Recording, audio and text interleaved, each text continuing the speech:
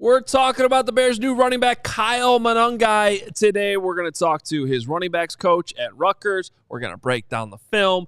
A lot more coming your way as well. CHGO Bears starts right now.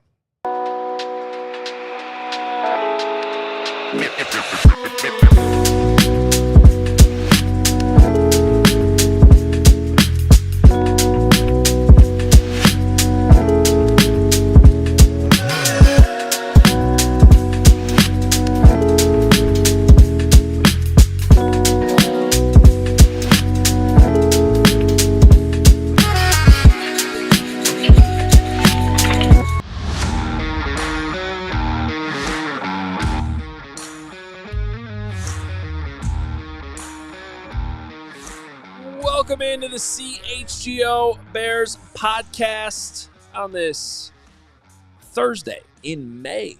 We are in May, boys. We are here. Yeah. Shout out May.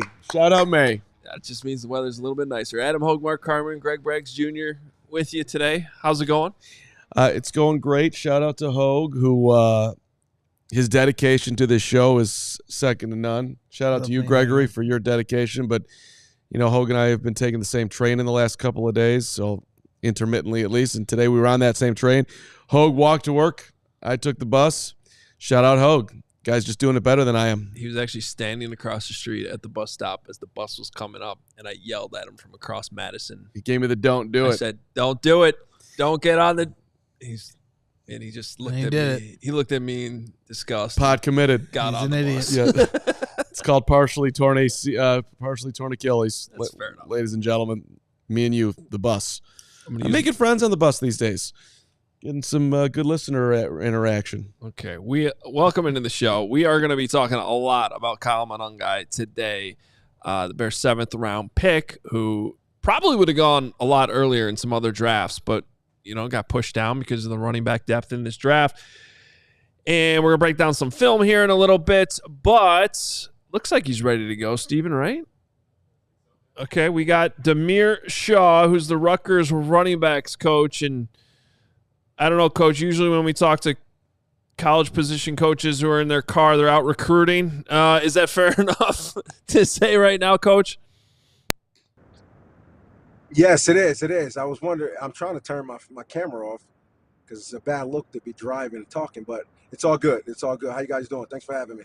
Good. Well, thank you for jumping on the show today. You sound good, and that's important. By the way, congrats on being a nominee for the Broyles Award this past season, which goes out to the top assistant coach in the country. So we got one of the best assistants in the country joining the show, and we want to hear about your guy, Kyle Monangai, who got drafted by the Bears in the 7th round. What are the Bears getting here, Coach?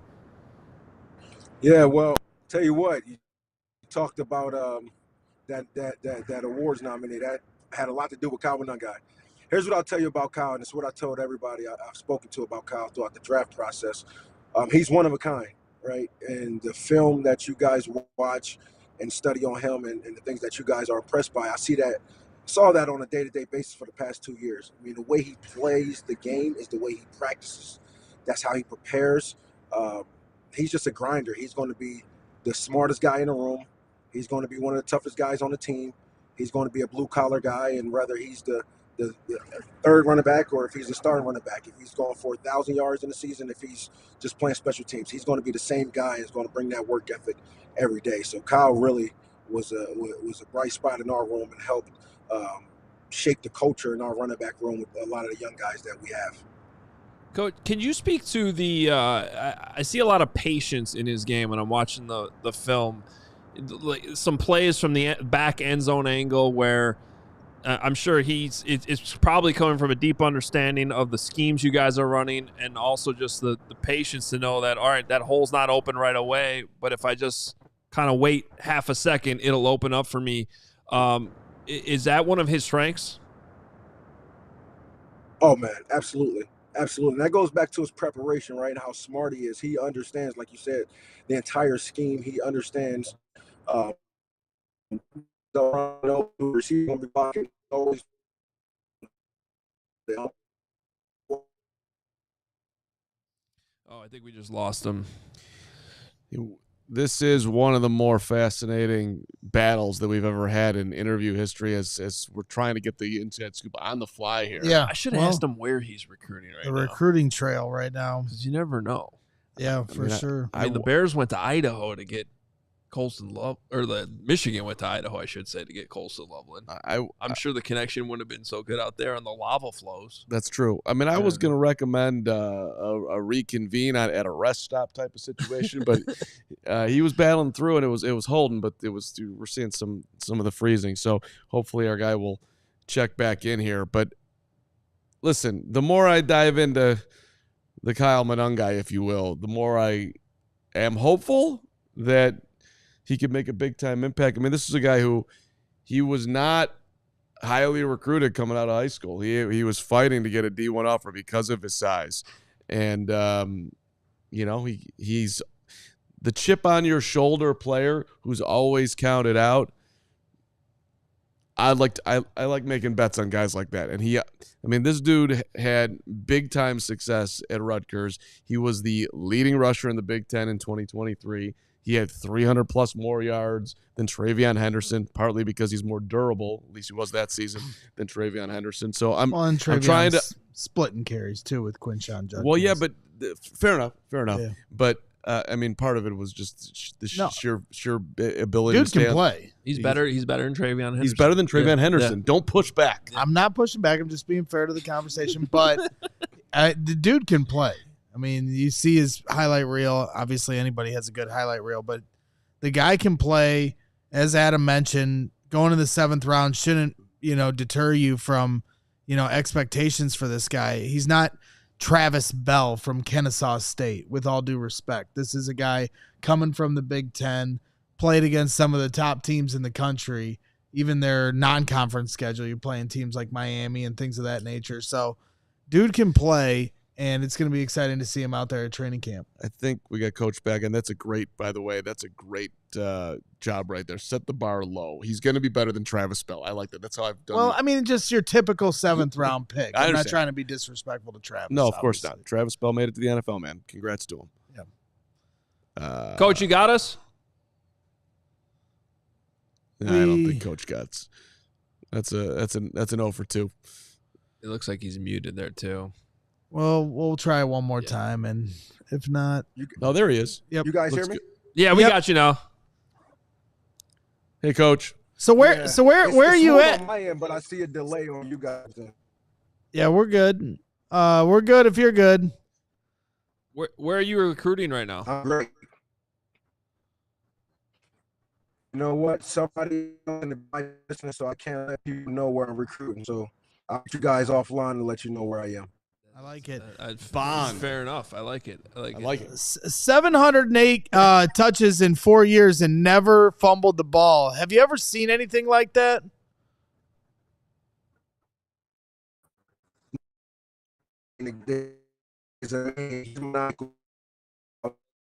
Listen, guys, I think we tried. Yeah, the effort was unbelievable. Someday there will be a book written about it was a Monangai level effort. Who Damiere Shaw recruited on this day and brought into the Rutgers program. I think the Rutgers program actually sabotaged his phone because they didn't want this was too dangerous of a situation. Well, let's do this. He could try without. Perhaps we can't hear him anyway. Without the video. Okay, we can. It's fine. Okay. We tried. It was a good effort. And we move on. That's what we do here. I guess the only question I have is, do we want to jump in the ODK now? We can wait. I mean, obviously we can continue. I mean, that's up to you, Hoge. You're the boss man here. I never want to wait for an ODK. I have a hard time waiting for an ODK. I do. If you guys do want a transcription of our interview, but you're right about the patient running. Forget what you're saying. Just send me an email and I'll get you a transcript. It's like you weren't talking. No, he's not. He's not talking. I definitely am talking. I want. He always loves I want to send the amount of transcripts. I want to send a transcript to Kyle, CB, Robert, Blake, Stout, and Doytail. No, but you're right about the patient running. Like, I think people don't. really appreciate the art of patient running behind your blockers and not just setting up your blockers, but the way you press the hole. And I don't know if everybody understands that definition, but the way you come up to the line of scrimmage, you make that D-line, the linebackers commit, then make your cut. And you have to have a lot of burst to be able to get back to wherever you're trying to get once you press the hole. And he's got a lot of burst. He's got a lot of burst when you watch his tape. Yeah, and I'm going to show this to you guys here in the film breakdown here in a second, but yeah, there's a difference between burst and top end speed. Another way to look at it is acceleration versus top end speed, right? So he's not going to go out there and run a 4.3, and there's plenty of examples on film where he's like out in the open field and he doesn't score, like some other guys that'll just run away from you. But when he does put his foot in the ground and get upfield near the line of scrimmage, there's a burst there that you need as a running back that is actually very impressive. Yeah. Look, not to put too much pressure on him and not to talk about optics, but if the Bears had picked him in the 4th round, there would be a much different conversation going on, and that would have been reasonable based on a lot I had him in the 4th round. Yeah, a lot of the evaluations that were out there, but they drafted him in the 7th. There were 21 running backs taking in front of him. Now, I understand there's a lot of circumstance here, but in the 4th round alone, where the Bears had the 109 pick that they traded out of, you had 6 running backs drafted in the 4th, 4 after 109. I mean, there was a run. It wasn't just that Cam Scadaboo went in front of him and the Bears punted out. There was 4 running backs, like basically and the run just happened right there. And then if you move along to the 5th round, there was 3 more in the 5th, 4 more in the 6th, 2 running backs in the 7th were taken in front of him. So either the Bears really loved Monangai and had some incredible crystal ball that they knew that he was just going to last there, or they were like, all right, let's stick to the draft board and finally a running back popped up on their draft board as the best value. That to me makes the most sense right there. And Poles has talked about how they let the board talk to him. That board was speaking. But I'm also not surprised that he fell a little bit behind some of the other guys, because typically especially when you're in the 6th round, 6th and 7th round, teams are usually at that point gonna bet on traits. So right. they're gonna take the guy that, you know, his RAS score is outstanding versus Kyle Monangai, whose RAS score was not good. But when you look at what the Bears needed at this position, and I'm going to show this to you in a little bit, I do think this is a better fit, considering they were interested in Ashton Genty early. They were interested in some bigger time running backs early. They didn't get that. So at that point, getting a player that's redundant to DeAndre Swift probably isn't going to help you much this next season. So I'd rather use that pick on somebody who has a chance to get on the field, get some carries pretty early, and will be a good complement to DeAndre Swift rather than just like betting on traits here. And Monangai is that guy. I think he'll get carries this year. I think he'll be active on game day. Well, it's interesting, and we're going to talk about Ryan Poles' interview on ESPN 1000 with Cap and J. Hood coming up here. But I agree with you. I think he will. But he's laying out there's a lot of running back competition, and it'll be interesting to see where they fall on the depth chart. So there's some Ian Wheeler belief going on out at Hallis Hall. The one way he's going to have to stay on the field, though, is pass blocking, too. And so when you watch his tape, he's got a lot of good reps where he, shows that physicality, but he also is going to have to work on those things. Our guy, Matt Waldman, who came on right before the draft, he said, Monangai must deliver a punch. He catches contact or extends without a strike, and larger defenders have the potential to beat him quickly, or he claps or hugs with his hands. When he delivers a punch, he's loading up and leaving his feet and overextending. He is an effective lead blocker on keeper plays, working to the forced defender and taking the inside shoulder. And Monangai is patient with his approach deep in the pocket with a safety blitz as he works down the seam towards him. When a safety and a linebacker blitz the same gap, Monangai makes the wise decision of taking the defender furthest to the inside. So there's a little bit of a mixed bag of things that he needs to work on and things that he does really well, and the tape kind of shows that too. So that's one of the most key things when a young player comes in, young running back comes in, of how he's going to stay on the field is his pass blocking. All right, well, I want to get into I want to get into film here. We'll jump into that. But first, check out our friends at Sunnyside Cannabis Dispensary, your home for judgment-free cannabis shopping, a place where all kinds of visitors are welcome to explore, discover, and purchase a wide array of high-quality products. Sunnyside is everything you need to elevate your summer, and it's your one-stop shop for all your cannabis needs. Sunnyside is an expertly curated menu with over 100 strains to choose from, plus easy online ordering and in-store pickup. Sunnyside is Illinois' favorite dispensary with locations in the city. You can go to Wrigleyville, River North, all the way out to the suburbs, Champaign, South Beloit. And if you're just starting out, Sunnyside, they're going to give you expert guidance when you go into the store. They have the brands that you know you'll love, like Good News and Mindy's. And if you want to order online, that's another great way to do it, because you can visit sunnyside.shop for bright buys every day, including 50% off your first 3 online purchases. Enter promo code HICHGO at checkout to qualify. Exclusions apply. Sunnyside Cannabis Dispensary, bright buys every day, only for 21 plus or Illinois medical card holders. And thank you to our friends at Game Time, one of our great supporters here. Game Time Picks makes it easier to find better value for tickets to sports, concerts, comedy, theater, the whole deal. You got the all-in pricing, toggling this feature with the total up front, no surprise fees at checkout. You want to do it that way, because that way you really know, am I willing to pay that amount? Great. Because once that thing pops up at the end, you don't want that. Do it, go all-in pricing. It's the way to do it. They got seat views. They got the lowest price guarantee. Game Time will give you 110% of the difference if you find a better value on any of the other ticketing websites out there. Your tickets are guaranteed, of course, to be delivered on time. Purchase is covered with the most flexible customer service policy in that ticketing industry. Take the guesswork out of buying tickets with Game Time. Download the Game Time app, create an account, use the code CHGO. You get $20 off your first purchase. Terms apply. Again, create an account. Redeem code is CHGO. $20 off. Download Game Time today. Last minute tickets, lowest prices guaranteed. Be like Crystal. Use Game Time. All right, let's jump into our ODK segment. Since we're focusing on Kyle Monangai today, we're going to keep it going. All right. Ready? Monangai. Monangai. I don't know what you just said. You invented the next great running back, but we're going to focus. Just say Monangai or something. Monangai. You Monangai. Monangai.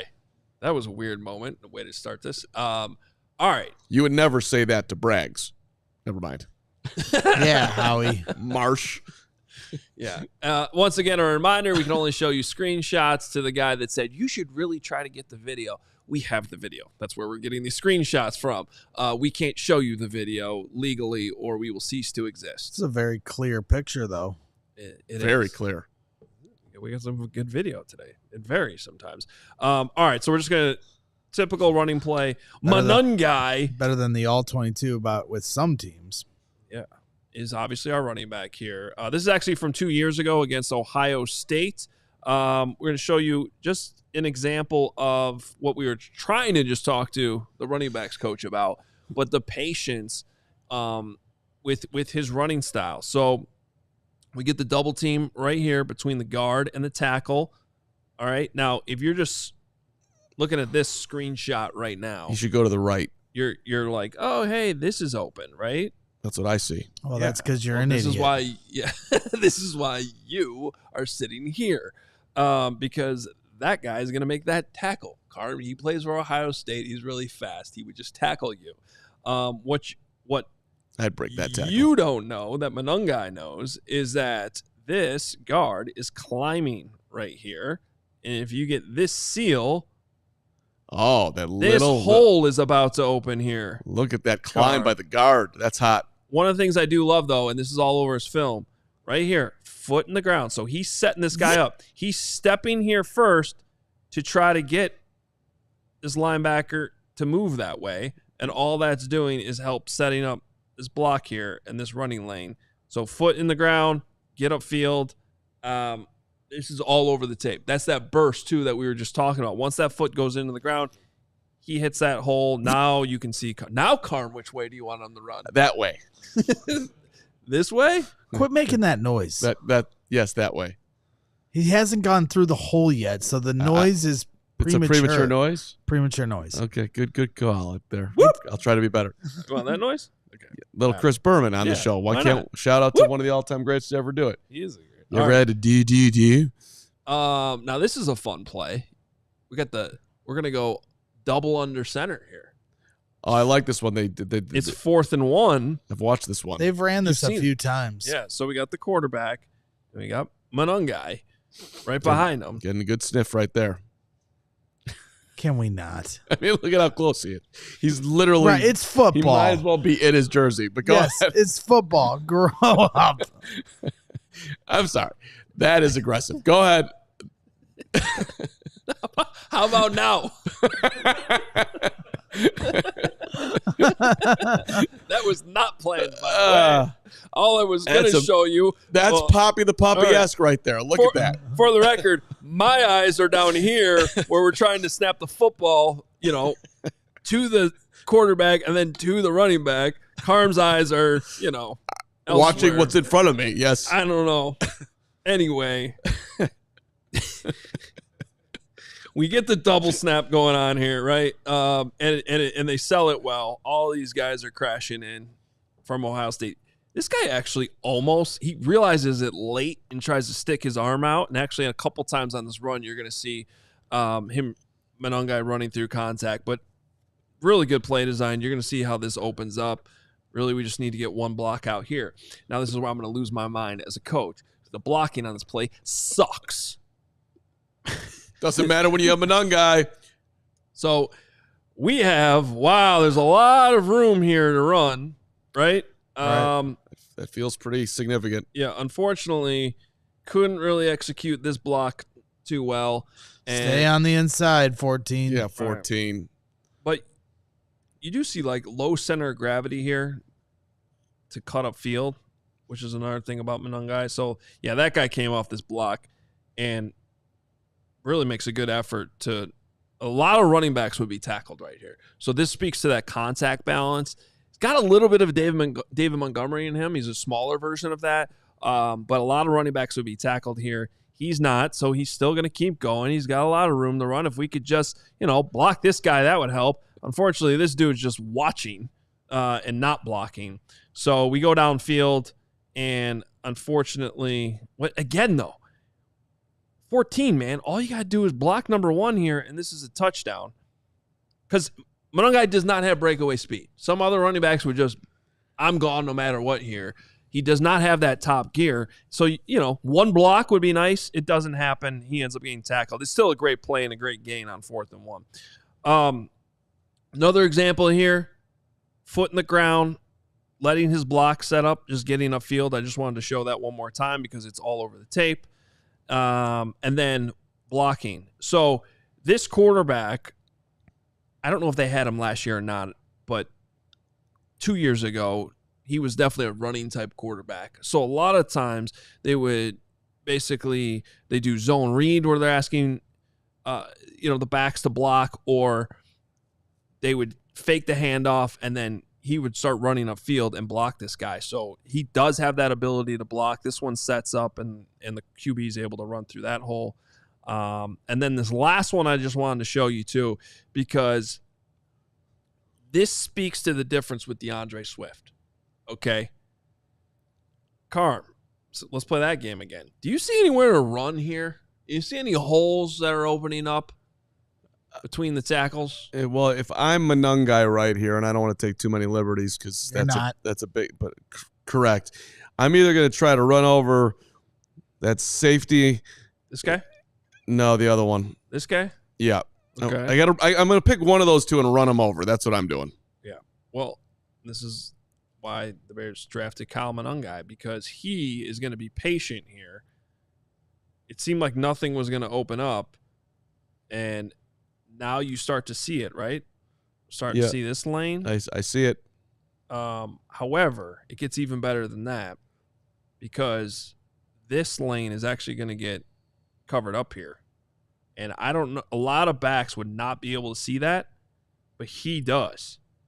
So, bye-bye hole that was there a second ago. He puts that left foot in the ground now, and this is where I think he uses his small size to his advantage. Going right through there, huh? There's not a lot of space here, but he finds it. Now, this is not a touchdown because, Ohio State has a lot of fast guys, but it's still a pretty good gain. I think it sets them up at like the 2 or 3 yard line. So, did I see the stat that Ohio State had the most players drafted in one draft ever this year? You would believe it. They were pretty. Yeah, I know good. Miami had a couple years where like their entire team was drafted. And I think it's worth pointing out that, in this game, he goes off, massive performance against a really good team in Ohio State. We're good here, Steven. That's a nice job. They're small but effective. This Rutgers team is not full of talented guys. Right. There's not a lot of weapons to go to. The quarterback play in this video I watched, not very good. So he's really the focus of the offense. And the defense. And you got a lot of good, talented dudes on that Buckeyes defense, and he's still finding ways to pick up the yards are there, which is really my overall point and what I think the Bears need. I hope I don't come off sometimes as like a DeAndre Swift hater. It's not that I think DeAndre Swift is a good player who should be on this roster and get the football next season. But these things I just showed you in this video with being patient, letting some holes develop in front of you, part of that too is trusting the blocking, understanding the scheme that's in front of you, understanding that if I just hesitate for this half second, that guard's going to get off the lineman, he's going to get to that backer, that hole's going to open up. Having that trust and understanding is easier said than done when you know that there's a bunch of guys out there bigger, faster than you that can tackle you at any time. And so I think that's why DeAndre Swift a lot of times bounces outside, because he knows I have the speed. I can hit the home run on the outside all the time. And that's great. We saw plenty of moments like in Washington where that turned into a big touchdown and a big moment when the Bears absolutely needed it. But sometimes you just need the 6 yards in front of you. Yep. And that's what I see with Kyle Monangai. He's not going to necessarily be a home run dude, but he's going to be able to pick up some necessary yards at certain times when that's all they need. And I do think that is a staple of Ben Johnson as a play caller, understanding whether it's in the passing game, dude, just run a 5-yard route here. Let's complete the pass, move the ball going, get this thing moving forward, even if it's only 5 yards at a time. Same thing in the running game. No negative plays. Same type of thinking. Complete passes, completions equal positive plays. Move the ball forward in the run game, even if it's only 3 yards, that's still in the right direction. Well, no one is set up potentially to have a bigger jump from last year to this year in the Bears offense, hopefully, than DeAndre Swift.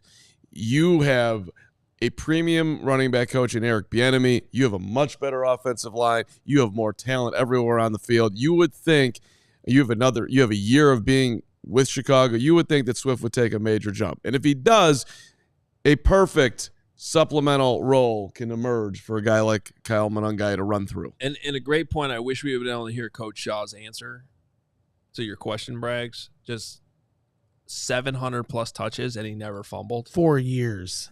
That's crazy. I mean, that's unheard of. That's real. So I saw somebody in the chat here saying, use him in the red zone, he doesn't fumble.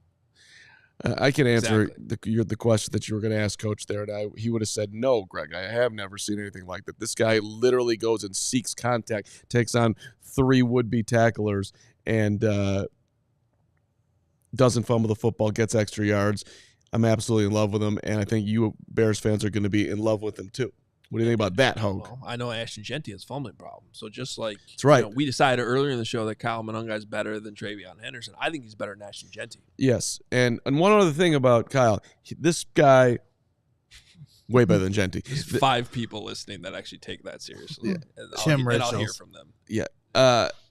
He apparently, there's some love of dancing that he has.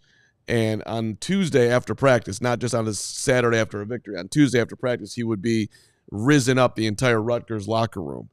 And what's important about that... He was what? That's what the kids are saying today. They riz him up. Charisma. Riz. He had a lot of riz. I've learned a lot this week. Yeah. What was the one we got earlier? Cap. I learned about Cap. Yeah. Cap There's and one the Riz. next day, They've been too. around for a while. Shout out Beckett Burnfeld teaching me all these things. But I'm look, watching film and building spreadsheets that No one reads. Yeah, nobody reads. wow.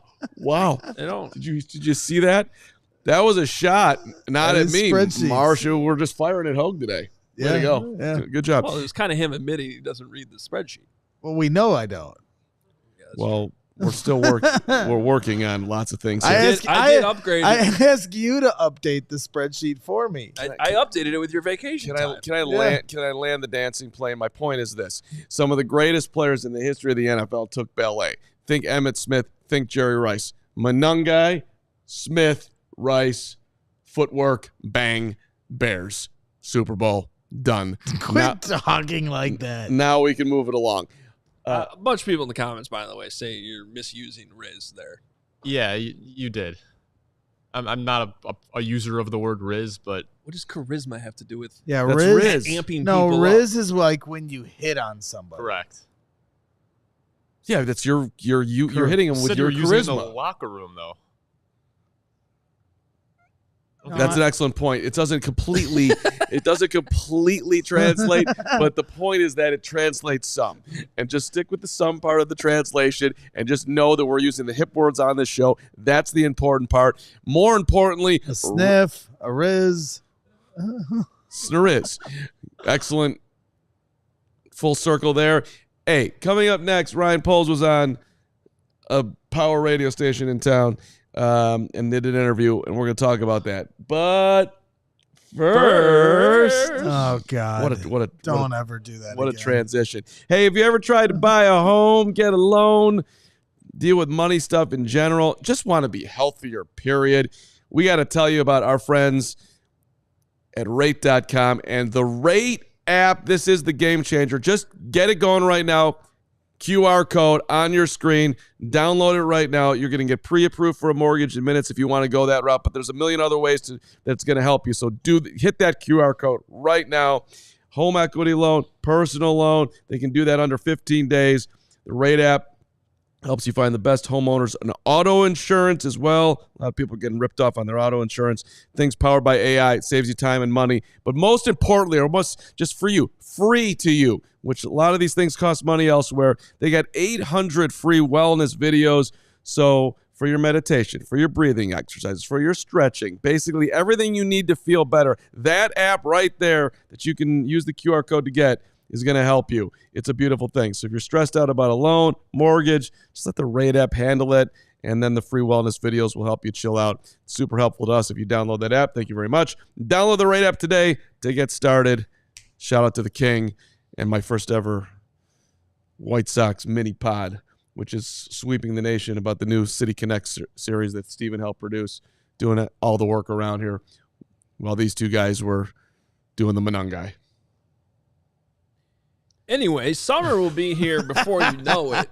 You know how this works here in this area. The summer flirts with us for just teasing for like a month and a half. It might be 70, and then it's just 50 and raining out. And then you know what happens. Before you know it, all of a sudden it's 80 for 3 months straight, and your AC is running like crazy. And you might be putting this off right now. I'm telling you, don't do it. Is your home's air conditioning up for the challenge? Well, it better be. And if it's not, you want to call Four Seasons, because Four Seasons heating, air conditioning, plumbing, and electric, they've been serving Chicagoland for over 50 years, and now is the time to get your air conditioning checked out. Four Seasons experts are ready to help you with AC installation, maintenance, and repair. Last year was officially Chicago's hottest year on record, probably going to be topped this year as well. And when it's hot and humid, you want to know that your home will be cool and comfortable. Check out Four Seasons. Their expert technicians ensure you'll always receive reliable service. And Four Seasons, this is key, they don't charge you more for service during nights, weekends, and holidays. So schedule your Four Seasons AC tune-up today. Save $50 and enjoy a 1-year, no breakdown guarantee. Your trusted local experts are Four Seasons Heating, Air Conditioning, Plumbing, and Electric. Visit fourseasonsheatingcooling.com for all their special offers and money-saving coupons. That's fourseasonsheatingcooling.com. Love Four Seasons. By the way, shout out to, I'm forgetting who it was, but someone I think correctly called me the oldest, youngest 39-year-old. It's true. That's actually true. It's true. You don't know what you're going to get from me. I might, in one moment, I might be 75. The next, I'll be laughing at Carm breaking down film and what it smells like. A much better Carm, a Cleveland version of Carm, Ken Carman from 92.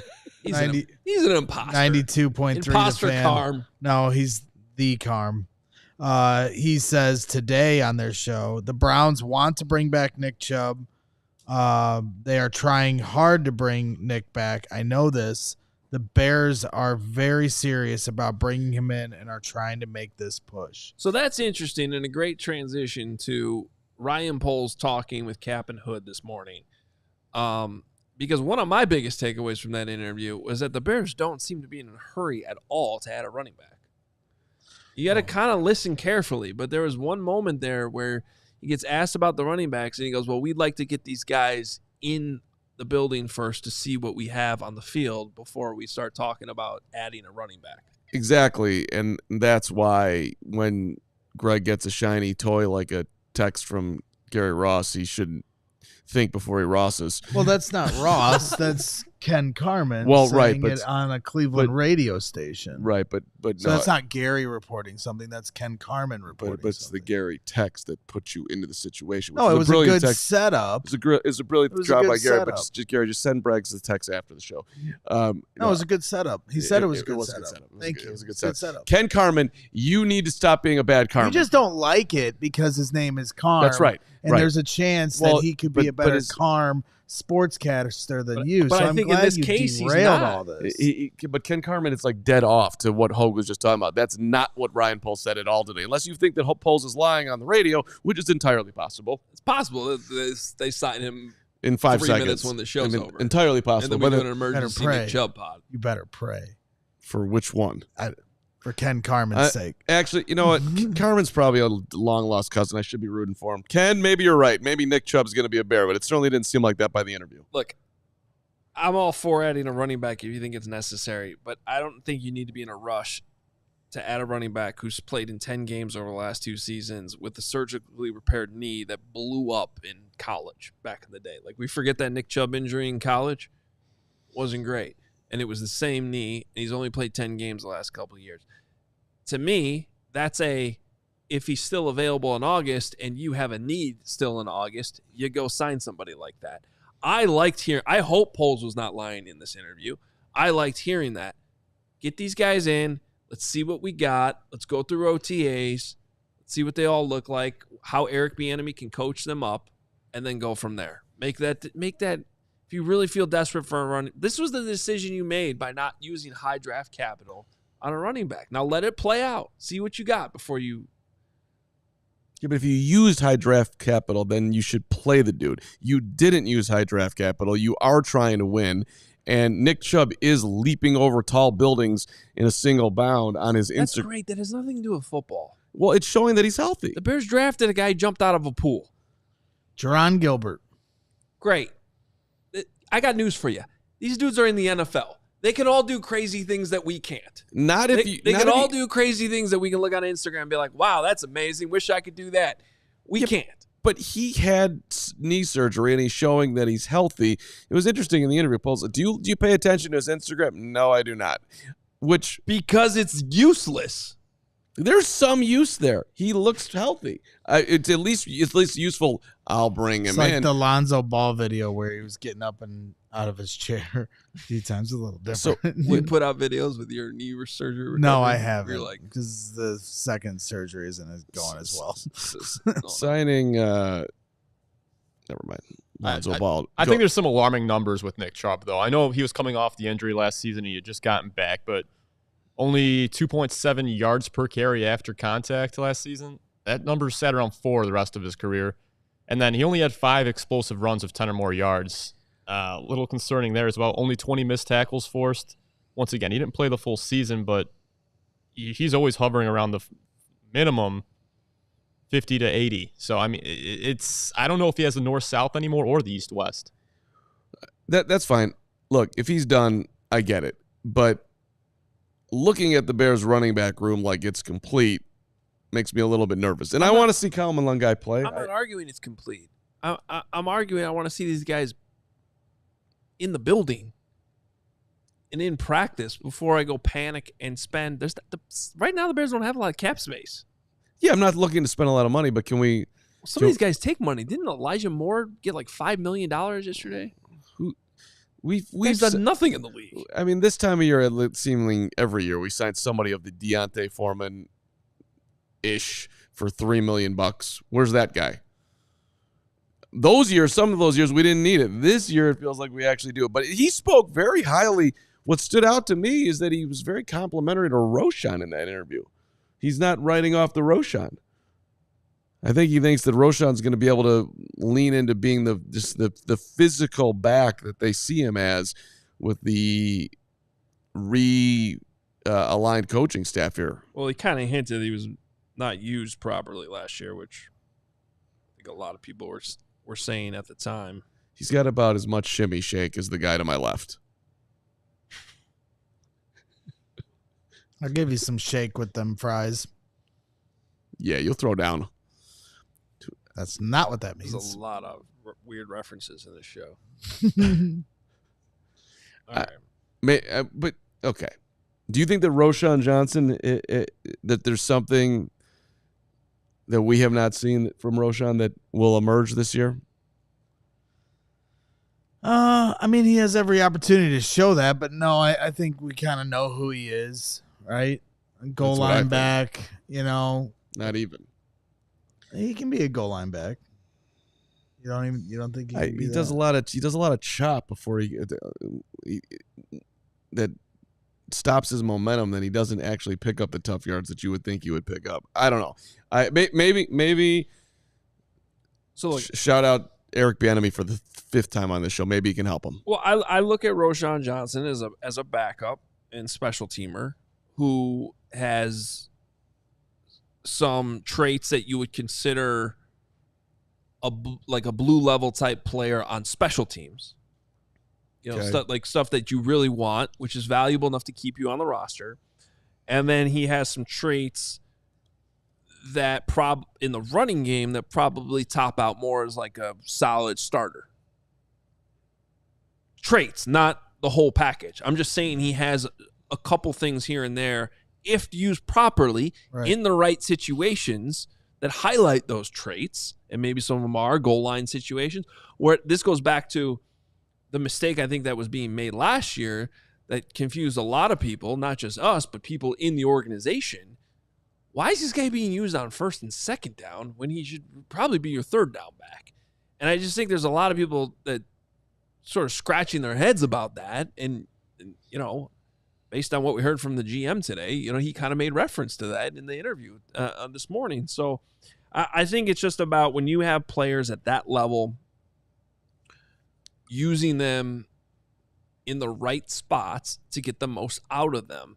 And I don't think that was the case with Roschon Johnson. This is a long way of me saying, I still think Roschon Johnson has value. But I'm going to look at Kyle Monangai as a player who has the opportunity potentially to be more of a regular 1st and 2nd down back beyond just being a 3rd down back. And I saw somebody in the comments being like, well, didn't you guys talk up Roschon Johnson the same way when he was drafted? Well, here's the reality. There was some of that going on. I was the guy being like, I think this guy's a special teams dude who's going to be able to help you out a little, certain situations as a running back. Because I saw it. He got hyped up a lot because, he's playing behind Bijan Robinson. Yeah, but look at the film. There's a big difference between the two backs when you turn on that Texas film. Right. There was more of the unknown. Hey, what could he have done if Bijan wasn't ahead of him that fans would lean on, I would lean on. And really, ultimately, I mean, he's a 4th-round pick, so the Bears leaned on that too much. If you're drafting a running back in the 4th round, you're hoping that he is more than just a special teams guy. And so far, but at the same time, I'll say this much. Everybody on this team deserves a fair evaluation with a team that has some healthiness around it. A good supporting cast, a good offensive line, a good play caller. And everybody seems to it's like we're picking and choosing who gets the Shane Waldron excuse and who doesn't. So I think this year is time for everyone to get a fair evaluation, and then we're going to know what's what. Yep. If you go back to that draft, Roschon was drafted 115 overall. He's got 502 yards, which places him about 10th, roughly. All right? 10th in what? In total rushing yards from that draft. The leader is Bijan with 24-32, followed by Jahmyr Gibbs, followed by A-Chain, followed by Chase Brown, drafted by the Bengals, 163 overall. That is 48 picks after Roschon Johnson. That is not a win for... Can you sort that by what order they were drafted in, or no? I'm just curious which... So you mentioned earlier how Monangai was the 21st back taken. Yeah. What number was Roschon? Okay. In that class. Hold on. That's my question. I don't know if it's top. I can do that for you. Roschon. Oh, hold on. I got to do it in a different way. Because if he ranks 10th in rushing among that class, but he was the 15th running back taken, then that's not bad. That's actually pretty good. Roschon, I'll give you the order. What? Robinson, Gibbs, Charbonnet, Miller, Spears, A-Chain, Bigsby, Roschon. So he was the 8th. 8th. 8th back taken, and he's 10th in rushing from that draft class. Right. Taken after him with more yards, Brown. Chase Brown. And that's it. That's not. At least he didn't miss on 17 running backs. He just missed on 1. I know. It's a fourth round pick. It's that's what these guys are. I understand. But look. Khalil Herbert was a 5th round pick. 6th round pick. They got him a couple good years out of him, and they moved him on. You moved on from him. I would love if we could finally get to a point, if Ryan Poles could ascend to a point where like this dude is a draft guru. We ain't there yet. That's all I'm saying. Draft guru. We're not there yet. He's got to get there. I also think he does a pretty solid job, though. He hasn't done a bad job. Yeah. I mean, you look at I brought this up, and I'm not. We can't go down that road right now. Why not? We were going to do this yesterday. Okay, fine. Let's go down the road. I mean, I think Howie Roseman has made his mistakes early on, and then look at where he's gotten to. So, I mean, Howie Roseman right now, he just won a Super Bowl, so he's, where you want to meet. That's where you want to get to. But, he also made his fair share. He didn't draft Justin Jefferson. He drafted a different wide receiver that didn't stay on the team very long. So, like, normally when a GM misses on something like that, they live with that forever. So let's do this real quick. Okay, let's do it, and let's just keep it to 5th round or better, because 6th and 7th rounders, it's all okay. It's all a crapshoot, good or bad. I'm not gonna. So okay, all right. 2022, Kyler Gooden. Kyler I'm Good. Struggling Gordon. with names today. You okay? I don't know. I might be worried. Kyler Gordon, good or bad pick? Good. Jaquan Brisker, good or bad pick? We'll go with good, but okay. It's a good pick. It's a wash. It's okay. I mean, it's not bad. It's not fair to Jaquan Brisker because he's a good player, but he's not healthy. All right, let's change. He had concussion. Let's change this to just if it's a bad pick or not. Kyler Gordon, bad pick? No. Jaquan Brisker, bad pick. Yes. Had concussions. It is. He's never healthy. That's not his. That's not Ryan Poles' fault. But it is a little bit. He had concussions. Are we taking injuries out of it or not? Any player can end up with a bunch of concussions. Well, but not every player has. He had the history. I'm going to say bad. Okay, but the process of drafting. Okay. Are we talking about the process of drafting, or are we talking about the results after the fact now? Not the results after the fact. We're talking about was it good process or bad process, because Carm wants him to be a draft guru. Okay. I think if you're calling Jaquan Brisker a bad pick, it's not fair. I mean, I think everyone's going to say the same thing, which is what the chat's like. So. It's okay. I'd rather this exercise be how good or bad of I'm not saying Jaquan Brisker is a bad player, but how good or bad of a pick is it because of where they're at now? I'd rather do that exercise than the process. You could make an argument for every pick this year. We could make an argument that the process makes sense. You can rationalize process. We'll take this year out of it. We're talking two different things here, though. I agree. Keep going after Brisker. Let's just for Hoge's sake right now, for the high points of his career sake. You guys are overthinking it. Brisker, because good. The next one's easy. Velus Jones, good or bad pick? Bad. Right. That's what I'm asking. Where are the bad picks? Okay, so there's going. one. Keep going. Braxton Jones. Good. Good pick. Dominique Robinson. Bad. Bad-ish. Yeah, I mean, he's done nothing. Hasn't worked. He's done nothing. It's bad-ish. He's done nothing. He's done nothing. Yeah, you guys don't understand. Right, you're talking about process. How bad? He's talking about performance, dude. No, I'm agreeing. He's not talking about. It's bad. It's not a great pick. Okay. But so that draft class right there, straight in the middle. They didn't have a first-round pick. They have the best nickel corner in the game, the highest-paid nickel in the game from that draft class, and a left tackle who started every game until he got hurt last season. And I'll remind you, Carm, your expectations are way too high for what the crapshoot of the draft is. And I'll remind you, Carm, last year when we talked about I don't see any Pro Bowl, not one Pro Bowler out of that draft. Well, exactly, because that's where I was going to call you out on. Is last year when we did this exercise, you weren't as willing to say Kyler Gordon was a good player. You weren't. You have an incredible memory. I'm impressed. Because we were talking, you say that because you were saying that I overrate players on the Bears, and he was one of those people. Okay. Well, look, another way to look at is maybe not. you have 5 picks in the first 5 rounds there. That's how I get. You got 3 starters out of it, and only one of them was a complete bust. Okay, it gives me. I don't think that's a bad draft. I'm not calling it a bad draft. I'm just calling it a meh. All right, we go to the next year. I'm in the gray. Go ahead. Darnell Wright. Good pick. Well, you're going off a process, so you're going to say bad because of Jalen Carter. No, you stop. I'm so stop doing that. Just good or bad pick. Good. Okay. Gervon Dexter. Bad. Tyreek Stevenson. Good. Yes, he's a starter in the second round. Okay. Gervon Dexter's a starter? A starter in the second round is a good pick, guys. Is Gervon Dexter a starter? No. But he was last year. Right, Rotation. he lost his job. They have now signed and drafted a replacement. Okay. Zach Pickens. Bad. Roschon Johnson. Bad. I disagree. Okay. I mean, Tyler Scott's bad. Doesn't play. Roschon Johnson, 4th round pick, who's a special teamer and gives you carries in the backfield. For a 4th round pick, that is a good pick. I won't push back. If that's your expectation for 4th round pick, which is a fair expectation, I will not push back. That's fine. I capitulate, Hoge. Okay, so this is another solid draft.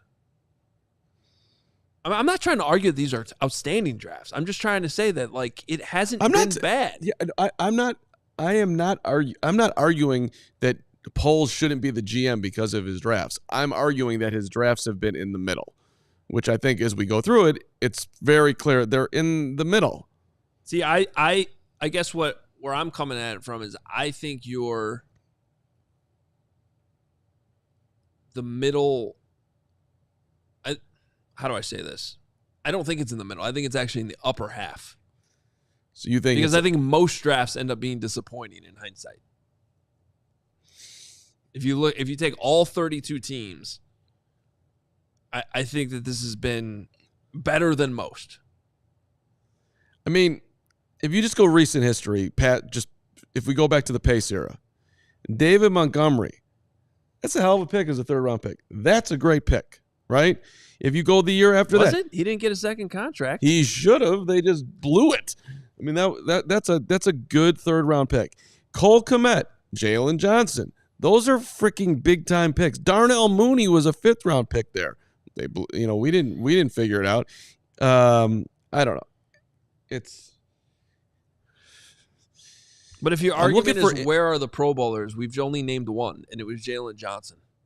Yeah, and that Pace gets credit for that. Right, but my point is a lot of the other players you just named there are the same as Kyler Gordon. They're the same as Braxton Jones in the 5th is the same as Darnell Mooney in the 5th. It's the same thing.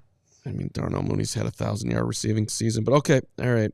He had a season 2 years ago where he was a ghost. Well, he got hurt, and now he's back. All right, last year's draft, Caleb Williams, good or bad pick? Good. Rome Odunze, good or bad pick? Good. Karan Amagaji. See, you're doing it. Bad. This is what you did last year. See, right there.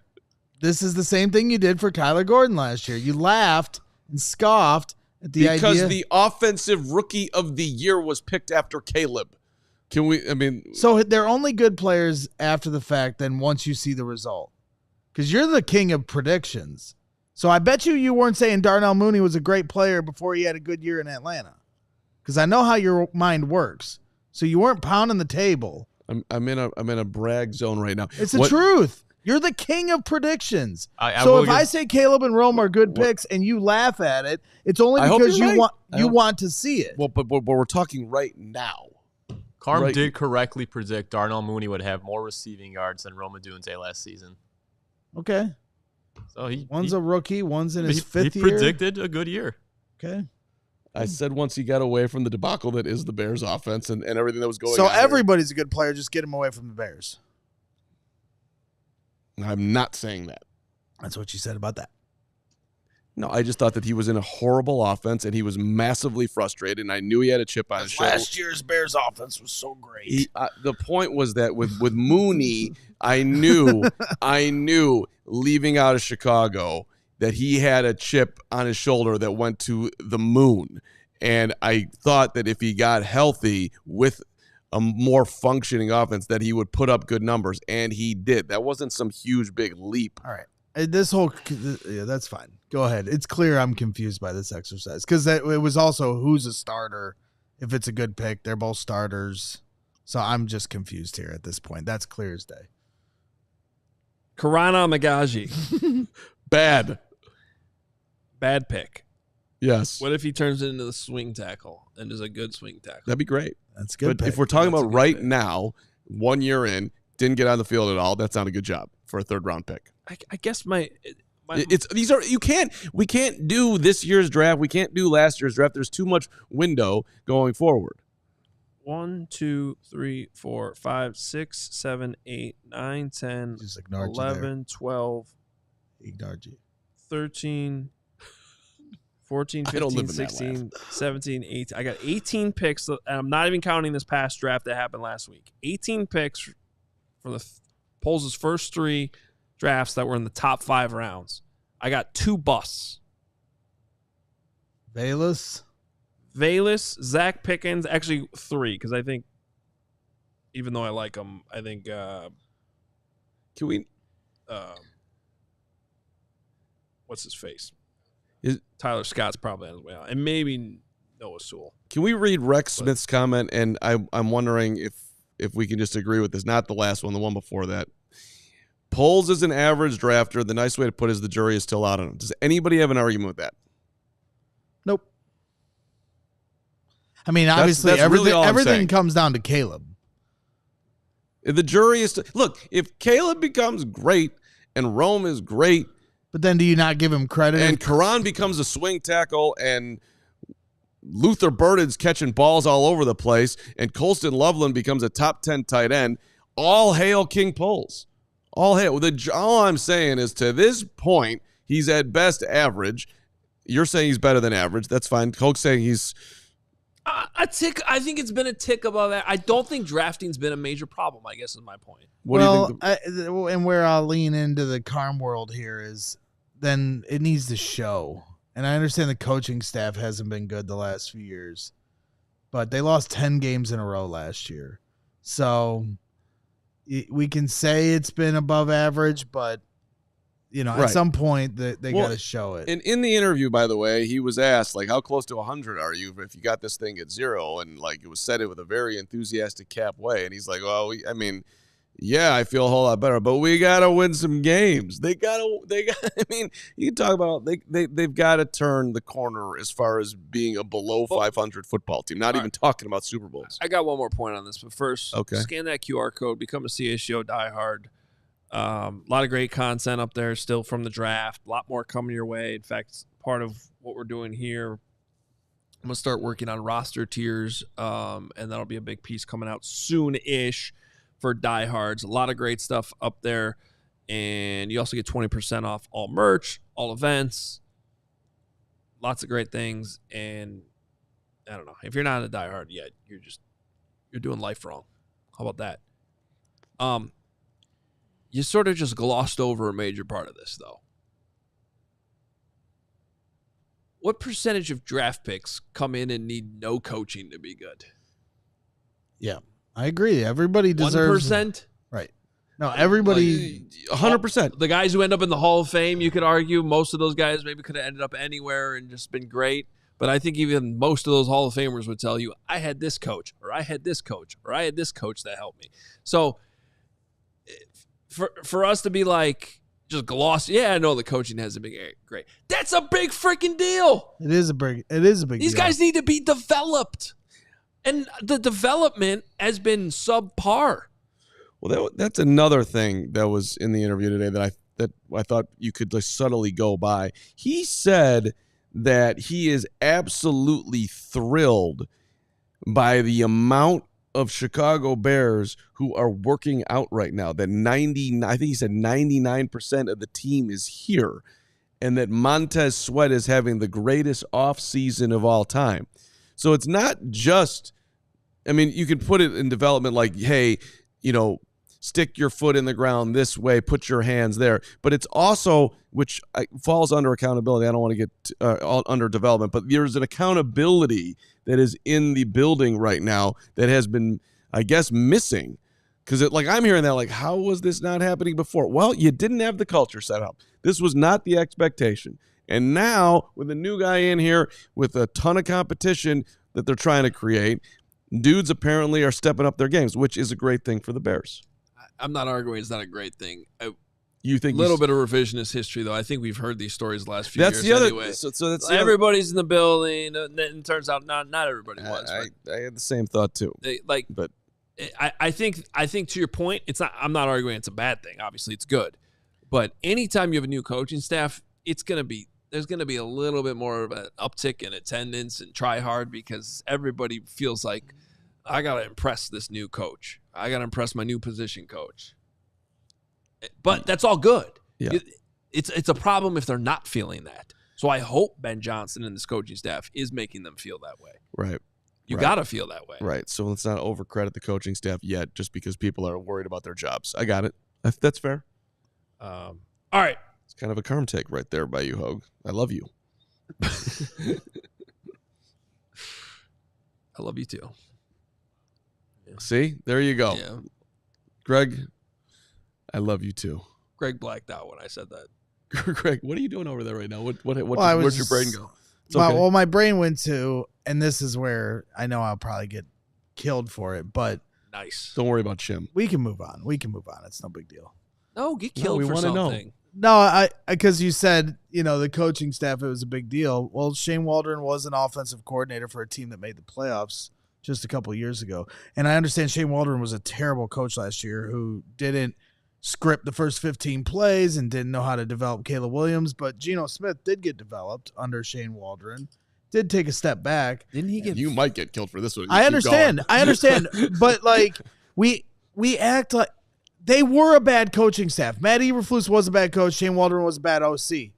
But they understand football, too. I thought people, the way it got taken too far, it didn't mix well. It didn't fit right. Which is why. But, to act like the players hold no this is what pissed me off about last year. The players hold no responsibility towards any of the failures. And if they take that attitude into this year that Ben Johnson is just going to fix everything and they hold no accountability to any of it, then I am going to get pissed off. They have to start taking some personal accountability towards the failures of last year. The 10-game losing streak was not just on the coaching staff. The players also have to hold some kind of level of responsibility to it. That's all I mean by it. well, that was another point too. Like, hey, did you feel like because of the Washington game and the Hail Mary that, if that hadn't happened, you guys would have been who knows, 8, 9, 10 win team?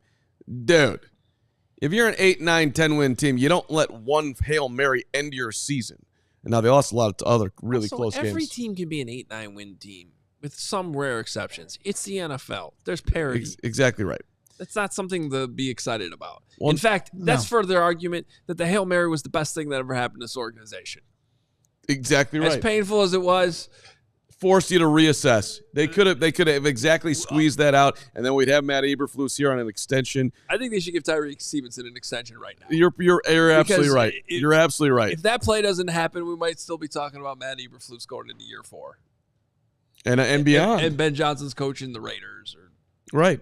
the Patriots. Greatest thing that ever happened to this franchise in the last 40 years after the Super Bowl is the Hail Mary. Yeah. There's the take. Yeah. Pizzatola starting off our super chats here, $5. He says, Hoge, as usual, I agree with everything you're saying. With the good pick, bad pick exercise, you just can't include Carm if you want intelligent combos. Oh, Pizzatola back in full force. Way to go. I'm impressed. I really was the one that had no idea how to do that exercise. Personally. You just keep saying you didn't know how to do it, but you really did. You did. It was a struggle. It was hurting. I don't think he did. No, I didn't. He had no idea. No, I didn't. Okay. It was very challenging for me. Chubb's $5. I'm really starting to like this running back. Another 5 from Chubbs. I think he's going to be what Williams was for Detroit and score like 20 touchdowns. I did see Jim Richels in the chat going, oh, now you're talking about Montgomery. You want to be like us. You guys, you realize, you Lions fans, that you got Montgomery from the Bears.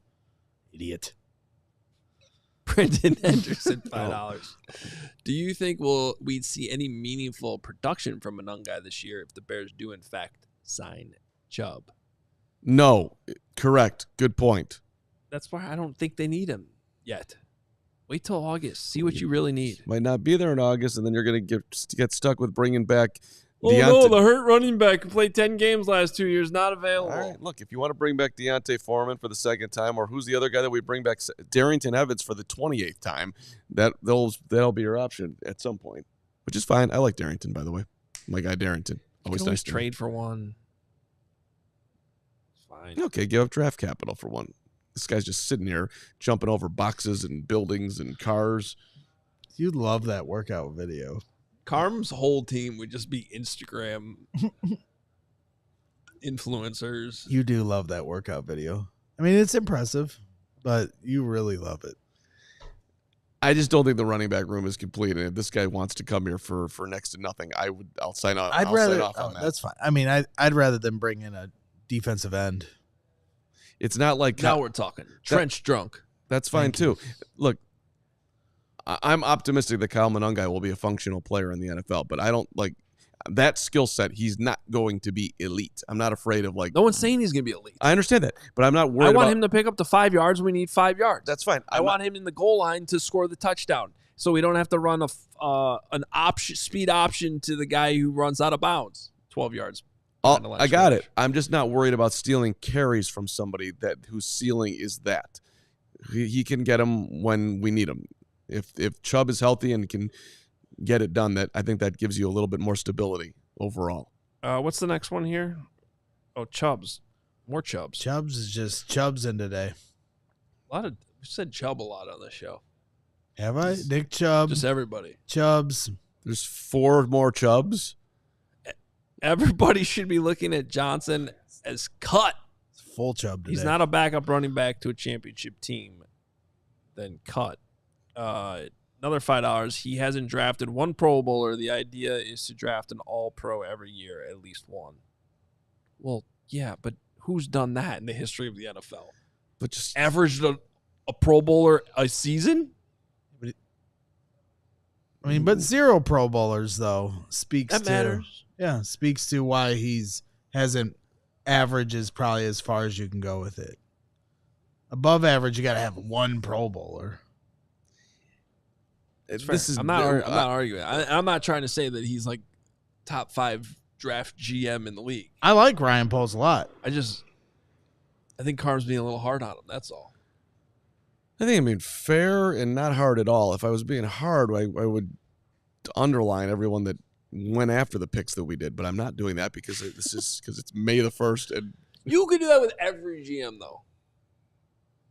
I could, but it holds more weight when you're talking about a GM that, and I get it, they had to tear it down. But some circumstances where that's Adam better than others. Like Adam, you didn't draft Mahomes, you drafted Trubisky. That would be a good example of that. You went with Adam Shaheen instead of George Kittle. That would be a good example of that. You don't think that Jaden Daniels is a relative? I think you're way too soon on making. Yes, I think you're way too soon on making that conclusion. Look. I'm not saying it's not a conversation. I'm also listen. I'm not. Yeah, saying, but to be fair, you could do that with every draft of who they could have gotten after a pick. That's what he just said, right? But look. They have. I think that listen. Ryan Poles comes across to me as an intelligent, balanced, moving forward, reasonable human being. All I'm saying is that he hasn't yet hit draft guru. And look, it's 3 years. They've averaged 5 wins a year. I get that there's a teardown in there and then a build up and then a disaster, but they've averaged 5 wins a year. The dude has some work to do. Like, I mean, come on. Clayton Stocker, that's fair. $20. Off topic is ignoring Quran based on any intel with coaches or actual intel.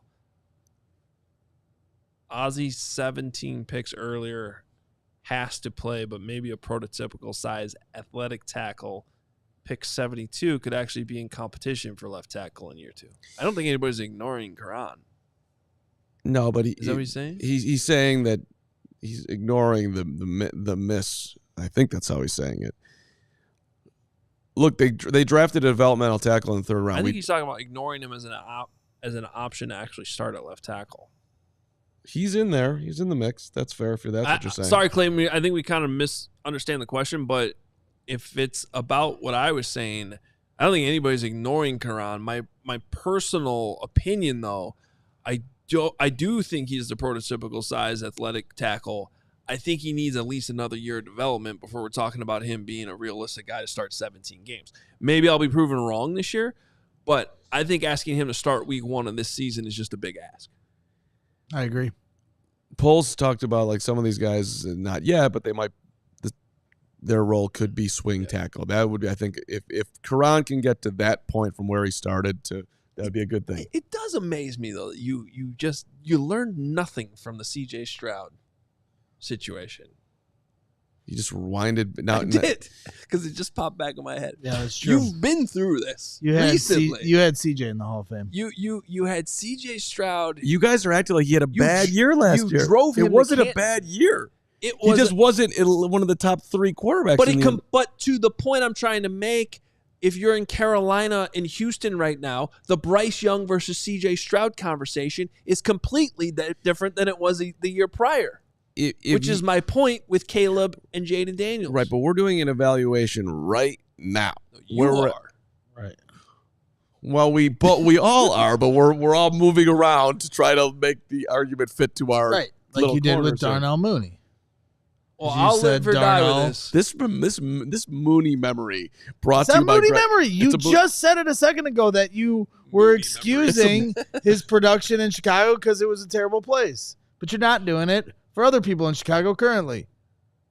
You just did a second. You just said that like 10 minutes ago.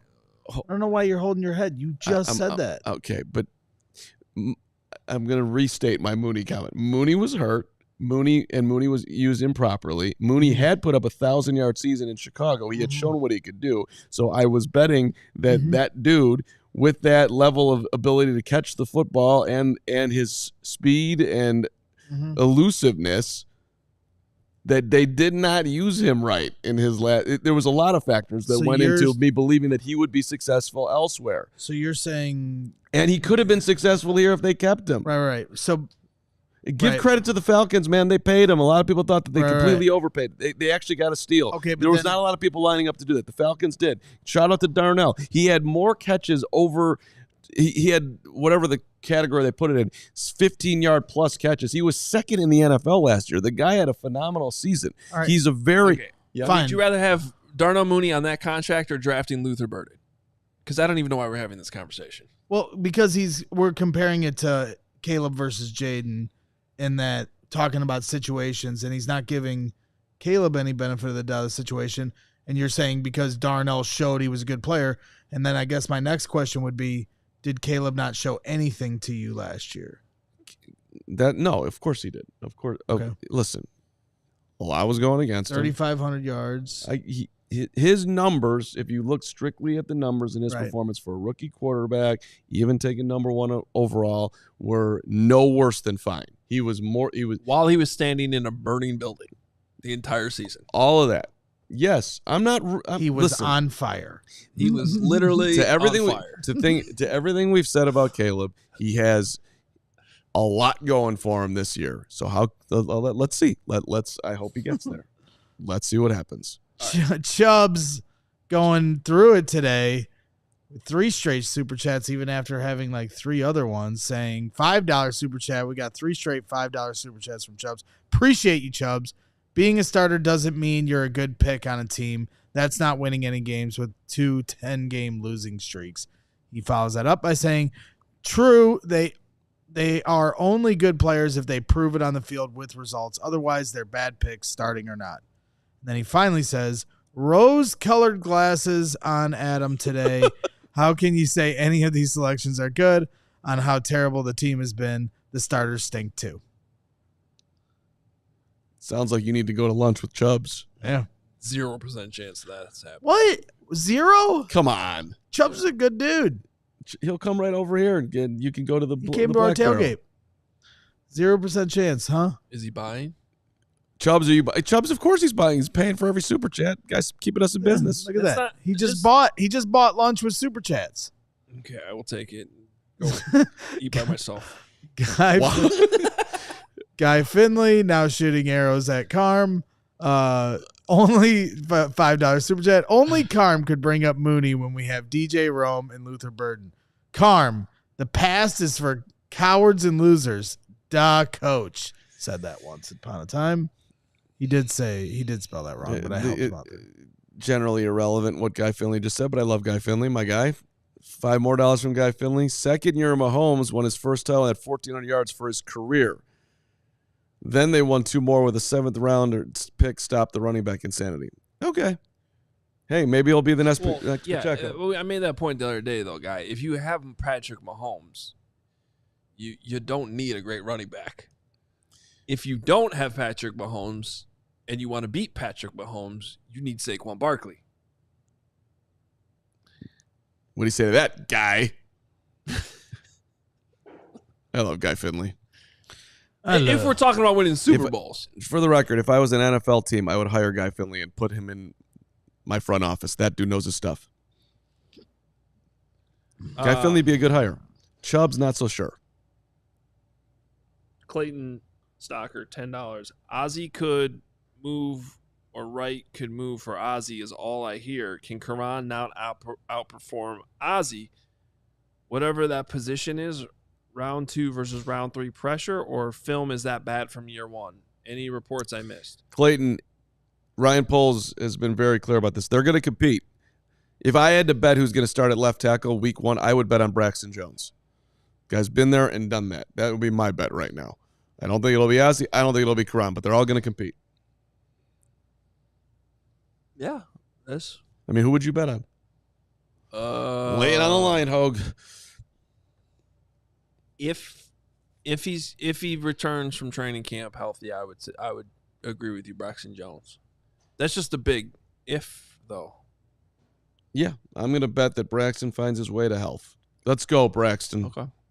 If he's not healthy, though, who are you betting? So what was the clarity with Poles and the tackle situation with Cap today? There really wasn't any clarity other than they're gonna look at Ozzie on the left side first, which I think is the correct way. And they don't want to be jumping guys all over the place during training camp. So how they started is how they want to finish it. So if I'm betting, yeah, I'm saying Ozzie Trapillo will be the starting left tackle.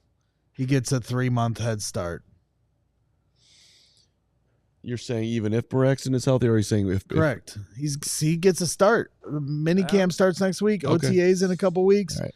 Braxton's going to be limited to start training camp. I think Ozzie Trapillo will be the starting left tackle come week 1. Friendly wager? That's fine. Lunch. Great. Week 1. Who do you got? Great end of the show here. The suspense is killing me. Who do you got? Braxton? You said that with a question mark. Okay. I did. You did because I don't know. That's why we keep talking about it. It's fascinating. Right, because it's fascinating. It's also terrifying. If this thing falls apart because the left tackle falls apart, that would suck. Highest ceiling between Ozzie, Karan, and Braxton. The answer is Karan. Agreed. The highest floor is Ozzie. The biggest unknown is Braxton. And Ozzie's a second-round pick. That's why it's confusing. Second-round pick should play. You are right with the injury question that I guess Trapillo has a higher floor than Braxton. That's why the whole thing is scary. Because you have no idea what that floor is. I think Ozzie at left tackle is kind of what you already have in Braxton Jones. Right. If he plays right tackle, I think he could be what Darnell Wright's already been. Well, so you're very high on Trapillo. At right tackle, I like what I've seen. Okay. But the thing is, we want Darnell. I'm saying he could be what Darnell's already been. We all want Darnell to be higher. That's why there's questions about, he's doing a press conference about where he's getting peppered with questions about Penei Sewell. That might be a little too high, but he was a top 10 pick. That's not unreasonable. So the question, I think, is the reason why this keeps happening is if you can raise that, if you can get what you've already gotten out of Darnell Wright at right tackle from Ozzie Trapillo and move your blue chip guy, possible future blue chip guy, he's not there yet, over to left, isn't your whole offensive line better? The answer is yes to that question. Yes, the answer is yes. I thought it was a rhetorical question. It was. But that is not a guarantee by any means. In fact, it carries a lot of risk. That's why this whole thing is fascinating to look at. And it should be fun. We're doing the anti-Hoge podcast right now. Why? Because it is the off season. We're going 90 minutes, and that is an anti-Hoge. Are we done with it? Is Are we done with Supers? We got two more. Two more from Steven already moved on to his next meeting, which I don't blame him for. Steven just left. We're just gonna, Jake. We're gonna sit here till tomorrow because Bears. We could. We're gonna sit here until tomorrow until we do a good show. Chubbs, $2. Until this becomes entertaining, we're not leaving. Well, we're definitely not putting the first segment in the Hall of Fame. I think that actually should be. And again, if you need a transcript for that interview, email me. The Carman at ALLCITY.com. If you need a transcript from those are the transcripts that John's volunteers for at Hell. If you need a transcript, it was 90 seconds. I'll do it. If you want, for the record, I booked the amazing high school coach this week, and Braggs booked whatever that was. That's not fair. It's totally fair. Well, if I had asked the Purdue University, no, I'm kidding. That's true. They tried. Chubb says, when he popped "Can up I in get his to the Supers?" Oh no, we're done. Yes, go ahead. Chubb's 82, $2. Adam spent like 30 minutes talking to my son. Yeah, the tailgate. Yeah. Now you won't go to lunch with him. I'm joking. They're going to lunch tomorrow. I already booked it. They open tabled it. At You're Lifetime. Lifetime, Midtown, buddy. Come on over. Clayton Stalker, $5 super chat. This is the first time I actually believe Bears coaching staff when they say there's no depth chart. Well, somewhat. Y'all believe there's no depth chart. I don't believe that at all. That is a straight lie. Of course there's a depth chart. There's not a depth chart they're sharing with the team. There's a depth chart. If we're going to be literal. They know damn well that Jalen Johnson is starting at cornerback and everything else they know. I don't know. Maybe Al Harris will pull a Flus and bench him in May. That was a good idea.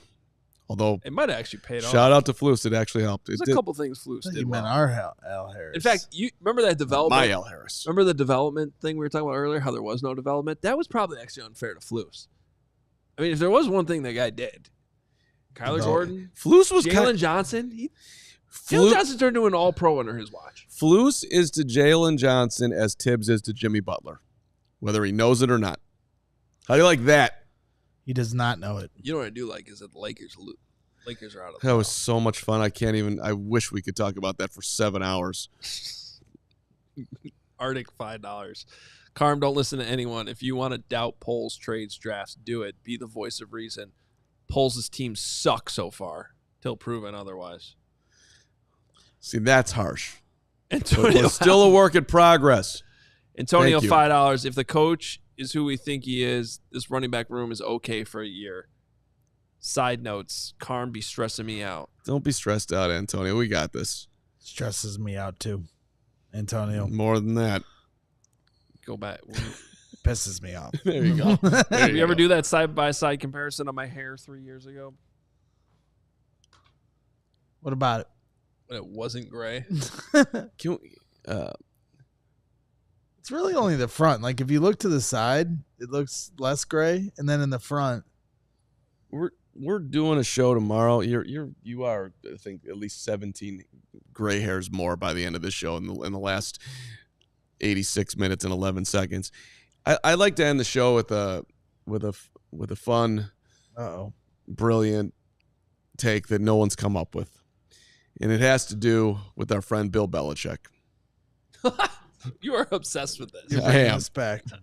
I am. We were done with it. And then No, I just think it's something important for everybody to consider on the way out here.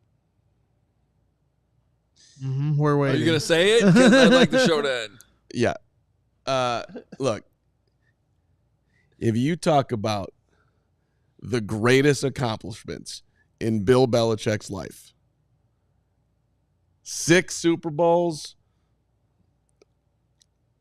I mean, that's great. But to be that guy, 70-plus years old, with a golf ball coming off his neck or whatever else going on there, wearing sweatshirts that he just has been in his closet for 38 years, to be living the life that he's living right now, as creepy and as weird as it is, that's his greatest accomplishment. I'm sorry. That's better than anything he ever did on the football field. Seriously. That is iconic. That is Hall of Fame worthy. And and that's something that has not been talked about in the story. That this is the most bizarre thing that's ever happened. Nobody would have bet on that, and he completely shocked the world. I mean, I got to actually hand it to Carm here. He just gave us a great hook short to end this show that I don't know we had one before. So that I'm not sure I want that out there in a hook short fashion. No, but you do. Well, That's maybe gonna I kill do. it. I mean, seriously, that is preposterously off the board, and somehow that happened for that guy with, I don't know, his personality is a little bit better off the football field, but does anybody like his personality? How did he do this? It's amazing. All right. Somehow he did. Hit the like button. Hit subscribe. Rate and review the pod. We appreciate you. Shout out to Devin Hester. $2 from Crystal. Carm bad takes today. Love you. Team Hoge today. Thank you, Crystal. I just told the entire final softball word? team that you're the key to the team, Crystal. That has nothing to do with your bad takes today. Just know that that's fine. Good take, Crystal. You're allowed to have your opinions. It's our catcher. I thought your takes were fine. Thanks, Thought Greg. my takes were Elite. shit. Oh yeah, it's after the TV. You still can't say it? Oh, my Where bad. you going? It's a professional show. Okay, now you can end it. Yeah. All right. Noon tomorrow. Adam Rank will join us. It's Friday. It's fun. Fun Friday. Can't wait. We're without Steven, so it's Friday. No Steven? No, I'm Steven. doing the All right. Milwaukee trip on Saturday. Oh, nice. Is tickets still available for Milwaukee? Couple tickets still left. Couple tickets still left. Go to allchgo.com/event. We'll see you tomorrow at noon. Goodbye. We all silly like the mayor.